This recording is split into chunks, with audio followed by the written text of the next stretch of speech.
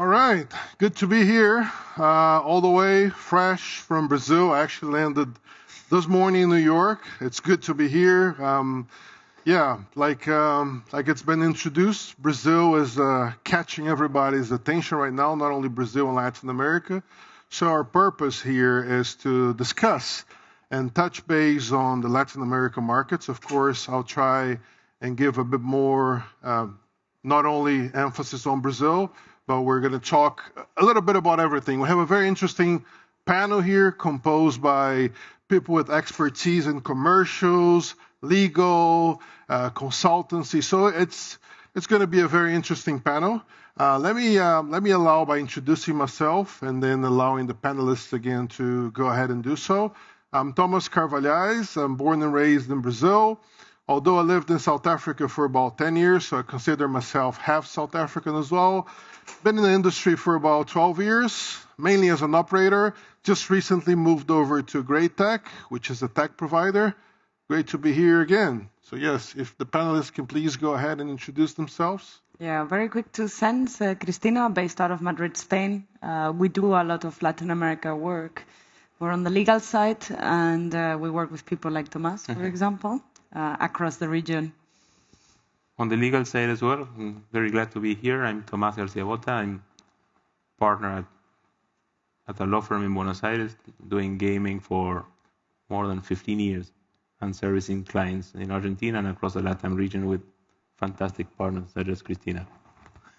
Hello, I'm Andy Rogers. I'm the founder and CEO of Rokker, a business design consultancy, and we have many clients across gaming operators and suppliers. We work all around the world. I'm also the chairman of a software and product business called Pretty Technical. Interesting. For the benefit of time as well, I'm just going to allow the panelists to talk as much as they can and share their expertise with us. Let me just start by provoking and saying, I love the discussion that was taking place here right now regarding regulated versus non-regulated market. This is a debate that can go forever. People might have different strong opinions about it. The fact is, if we look at Brazil, and that's one of the key topics for this panel, the beast has awakened. Myself as a Brazilian would, even if I was an operator, I would say, has it awakened? Because again, if we're talking regulation and if we're talking non-black or non-gray market, we still haven't awakened. But we're still a market where everybody is there, including the bigger, massive groups. And I would dare to say 99% of the largest iGaming groups are operating and making a buck in Brazil. What do you guys make of that? Oh, I wanted to say that the beast has been awake for about 15 years. The beast is awake, yeah. The beast is very much awake, and it got a very expensive beast for anyone to look at, not just from a licensing and market entry perspective, but also from a customer acquisition perspective. So that's really my big question mark on Brazil. I don't know what you think about that 5-year renewal as well in the land of political stability. Yeah, it's a complicated one because we were expecting for the licensing application process to begin now and for licenses in Brazil to start being issued from June. But now guess what? The subsecretary of the Minister of Finance has just been dismissed. We can call it that, Mansour.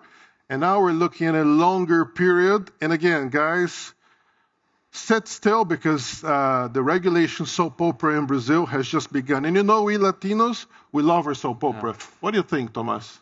I think I partly agree. The 5 years I don't see as an issue. The renewals will come through. I see more as an issue the fact that you need to have a local partner with 20% participation. That's a nightmare in itself.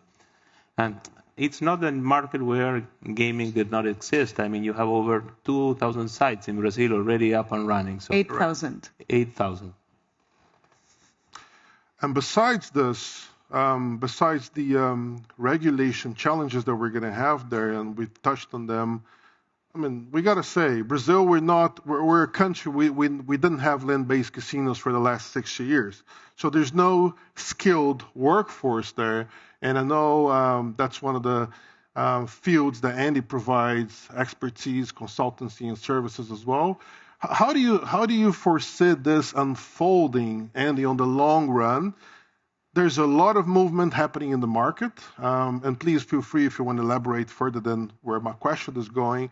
But how can we ensure that we in Brazil have enough workforce and enough infrastructure to support such a beast? Well, I think it's going back to your original question and sort of merging those two. It's interesting from a strategic point of view when you look at the states of a regulating market. At the moment in Brazil, there's a lot of people operating there, 8,000 sites. They're taking money out of the market. They're in BAU, right? So they've got people that are used to doing that in an offshore way or something that's, that's akin to that. As you transition into a regulated market, people start to move chess pieces. We're seeing that at the moment. Who's going to get the licenses? Who's going to stay offshore? Who's going to do this? This is some chess pieces being moved around there. Then you move into a regulated state, and that's what we saw with the US, and we've seen with any regulated country. You need to bring the expertise in from the people that know the market, and then merge it gracefully with your local knowledge, right? So that you're getting the best of both worlds there. And it's not an easy thing to do, to get knowledge. You can't teach experience, as they say. So you have to go through these things over a period of time. It's not something you just turn on unless you're just moving from one state to another, i.e. grey to regulated in one go. And it's a collaborative process. We saw that in Argentina with the regulation when you had international operators mostly pulled off, but the ones that stayed, they had to rely on expertise in Europe and local teams. And now you get a mix where you get the people that know gaming, that don't know the country and don't know the culture, and don't know how to manage regulated, and they need to work together with a team that knows the market, knows regulated, and knows the culture of regulators, and know that we're speaking US, Europe has a different mindset as a regulator.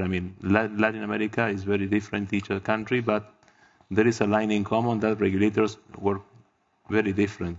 I actually, just on that as well, I used to run a business that was a platform company in Spain, and we ran about a third of the GGR of Spain, and it was a given that if you have Spanish knowledge, you could just go into Latin America and you could win. That's not been proven. That's not true. That's not true. But that's what the narrative was back then, right? The narrative was Latin America is all the same thing. That's right. Spanish, but it's the same if you go to Argentina and say, and you go to Brazil, yes, we can go to Brazil. Everyone in Brazil speaks Spanish, and that's not true. We had an amazing discussion about this yesterday at a different event in Brazil. And you know what? I feel like I'm preaching to the choir because I know you guys probably know this. But guys, Google translating a site from English to Spanish and putting a sombrero on Ronaldinho doesn't mean the site is localized. We have marketing specialists here that will know, there's a lot of SEO work, there's a lot of proper localization that needs to take place as well.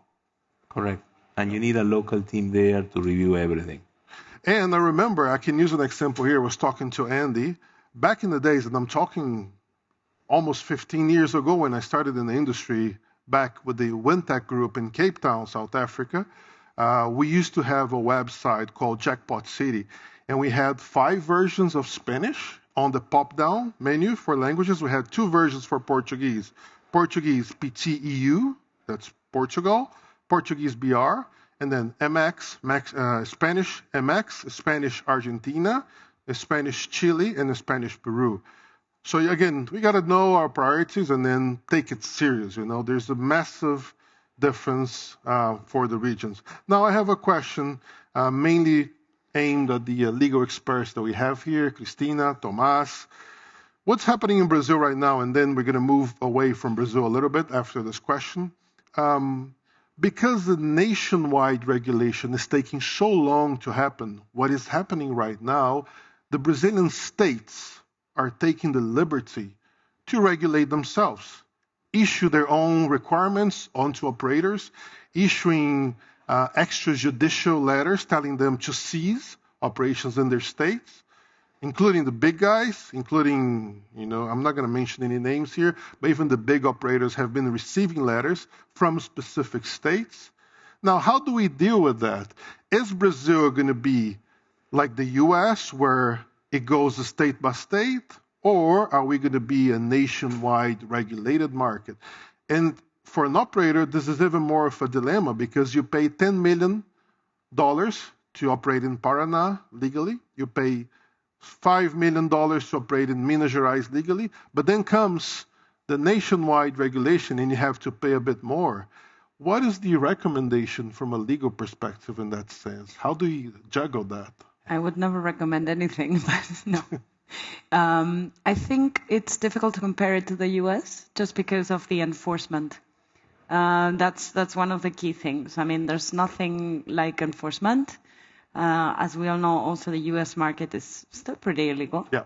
I mean, to be completely fair. So it's going to be Brazil. So whoever comes in has to take that into account. There are states like Sao Paulo, which are countries in itself, Yep. as you very well know. So if you take that perspective and say, okay, let's start by Sao Paulo, big enough. Let's develop a brand, let's develop a database, and then eventually we'll go federal, as and when. But honestly, if you have that booming gray market untaxed, why would you bother? Exactly. Unless you're a big listed company and you have other issues. Don't we have a similar situation, a challenge in Argentina, where, I mean, there's license that covers the city of Buenos Aires, but how do you enforce the limits of the city? That's the interesting point. I was thinking about the answer, and Cristina said enforcement. And it's all about enforcement. And this has to do with what was discussed in the previous panel. I mean, what's gray, what's black, it doesn't matter. It's only a question about enforcement. If you can target a market, you have a license from whatever jurisdiction that will allow you to target that market, and you don't have any legal consequences whatsoever by targeting that market, then you're fine. And you can do payments, and that's it. Correct. I mean, and this is something that the regulation is moving, but when it gets regulated, the equation will change dramatically, and the business model will change dramatically. And your business model will depend on whether you're a publicly listed company or a private held company. And that will make the difference of which are your goals. So probably private-owned companies will lean to continue to target that market as long as enforcement is low. And publicly traded companies, they would try to get licensed right away. Argentina is similar to the US, and actually the case law in Argentina, and I don't want to bother anyone with case law, but it's very similar to what happened in the US back in the early 2000s with the operators in Antigua, with the call centers in New York, targeting the New York state. It's very similar to that. Enforcement, I mean, again, it's done against companies that have some sort of assets in the country. If you don't have assets, you don't have people in the country, it's very, very hard. I mean, save from the case of BWIN, I don't remember any other case in Argentina where enforcement took actually shape against international operators. If you are local, then the answer is totally different. I mean, I think it causes quite an issue for potential operators coming into the market that aren't there already, because if you start to break it down into much smaller regions or states, within Argentina, 24 regions within Argentina, how much are each of those worth? Obviously you pick your battles, but even as a whole landmass, Latam is 620 million people, 4.7 billion going up to 6.7. The GGR it's 4% of the global GGR or something like this, right? So it's not a huge pie, even Brazil, and then you're dealing with, I know we're drifting into other parts of the region, but you're dealing with Brazil, Mexico, Colombia, then Peru at 97 million GGR, something like that. Like, it drops off a cliff quite quickly. So it's parts of a region, not the whole. Amazing, great. Cristina, when you say enforcement, are we talking about the ability of ensuring that someone that's outside that specific IP allowance won't be able to access the service? I mean, that changes literally in an hour, if you want. I mean, I'm gonna actually use the example of Chile. Some of you might remember that in September, one of the Chilean courts sent an injunction letter to one of the telecom operators to shut down, I think it was about 20 websites. Yeah. No problem. In 1 hour, they were running on some other domains. It's like, I'm not a believer. I'm really not. If you want to do it right, I think the best way is to have decent, not expensive regulation in place to incentivize people to go legal. That's the only way. Yeah. I got to share the pain of an operator in Brazil here. And the pain is Brazil is the only country in the world, the only market that in a lot of ways we're trying to reinvent the wheel, and I say this with the least possible amount of pride, as in categorizing sports betting as a form of lottery. And this was done in an attempt to actually give back the control and the monopoly. And this is a move from the state, from the national authorities in Brazil. Because again, we all know that sports betting goes way beyond what a lottery model can offer. But again, because of that, the states, remember, Brazil used to have the bank, federal bank called Caixa, used to have the monopoly on the entire country for lotteries, for exploring lotteries in Brazil. And when that monopoly was lost, the states were given the autonomy to do whatever they wanted. And by states, I mean, of course, the Brazilian states. But now they're just launching their business and saying, you know what, I can actually explore my own lottery. For you to operate in Paraná, in São Paulo, you need to have your license. And this is posing a lot of challenges, unfortunately. And it's not even included some other gaming verticals in Brazil. So let's watch and see. Now, moving over to the other countries or markets in Latin America, I'd like to allow you panelists to elaborate on opportunities, challenges, whatever trends you see coming from the likes of Peru, Chile, Mexico. Feel free. I think Latam is moving to being a regulated market, a regulated space. We saw Colombia starting, some of the most important jurisdictions in Argentina following. We saw Peru going live in the regulation becoming in effect in February while we were at ICE. And now Brazil. Brazil is moving, but it's moving slower, but it's moving, and the tendency is there. Paraguay already has online gaming with a very, very light regulation on ad hoc approvals, and I think the tendency is towards regulation. At least I don't know what will happen. Is what happens? You regulate, fine. We won. What's next? Are we going to enforce? What's going to happen with the black market? The moment you're regulated, then you'll have some gray black market or whatever you want to call it, and that's the challenge. Great. I mean, in my case, I always say this, but people forget that Mexico is regulated since 1947. People keep forgetting it. It's amazing, and like the Mexicans say, "Poor Mexico." So far away from God and so close to the United States. I mean, one shouldn't forget how close they are to the US in terms of their liking of sports, the way they think. It's a 2 billion market. It's regulated.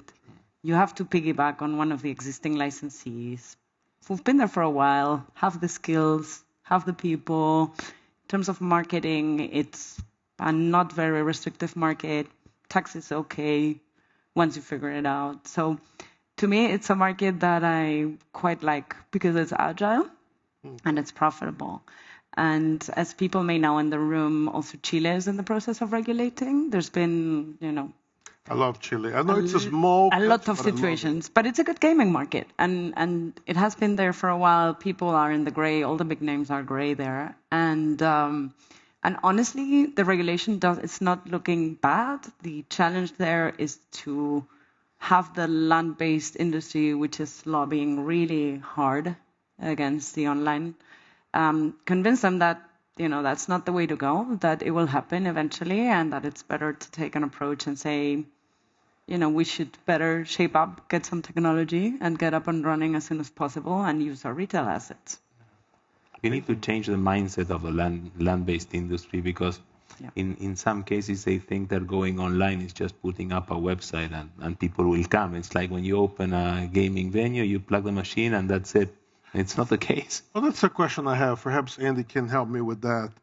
My understanding of Mexico, and okay, I'm guilty as charged. I've launched a gray market operation in Mexico a while ago. And my understanding is, even if you have a license in Mexico, if you're not a land-based certified entity, the license is not really yours. I mean, if you're an online operation, you have to connect to a land base, and they subsidize their license to you, but it's not 100% legally, technically yours.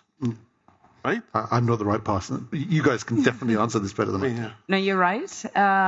But there's a way to protect that operation, and it also has its advantages, frankly, which is not dealing with taxes and not dealing with the regulator. That's on the local partner.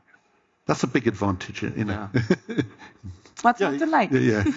I mean, you pay a portion of your GGR over to the license holder, right? And I mean, about that. Yeah, but taking the regulatory burden off your back, I mean, that's a big win in itself. You can concentrate on doing what you do. Yeah. Commercials. And going back to Chile, I think it's important. I mean, it's an important point what Cristina is mentioning about the land-based industry and the lobby they are making, and the fact, the challenge that Chile has right now in the bill. The bill has a cool-off period that, if applied as it is written, it could entail that operators targeting the market now will not be able to target the market for 36 months, give or take. Yeah. And that is crazy. But that creates an opportunity for those operators that were not targeting Chile. Before moving over to questions and final considerations, I want to, my 5 cents there. I always love the Colombia model as an operator. For me, if I look at Latin America, and again, I can be correct, I'll stand corrected, but for me, it's the best model. It's clear. It makes sense for the operator. You know what you're paying towards, the regulation towards Juegos, and it makes sense for the people as well. And they have all sorts of games available. There's no hand capping the market. For me, Brazil should be copying that, but again, shame that we want to reinvent the wheel. Any questions from the audience before we move over to the final considerations? Good, we've covered the whole of the Latam market. Yeah, everyone is super clear. 23. And 2 more minutes. Yeah, exactly. Yeah, it's good. Andy, your final thought? My final thought, don't treat it as a single entity. Don't underestimate how complex operating, I don't mean license operations, I mean actually your operations, hiring people, doing things out there, paying people. We talked about this. As a region, it varies massively. We've had clients that, went into Colombia because it looked like they could get great developers at a cheap price, but completely missed that they have to pay the government a huge amount of money per person. And so it actually worked out more expensive than Europe at that point. So it was, just don't underestimate the complexity of operating and pick somewhere that offers a good options there, I think. Thank you, sir. Tomas? I do agree with Andy with what he said. I mean, Latin America has a wide range of cultures, situations, problems, and things to look after. I mean, it's important to get the local team in place so that you don't get surprises. I mean, and surprises can be paying more taxes than you should, entering into a deal where you should not be entering because the licensing conditions do not exist, and you name it. I would say be careful where you put your marketing money.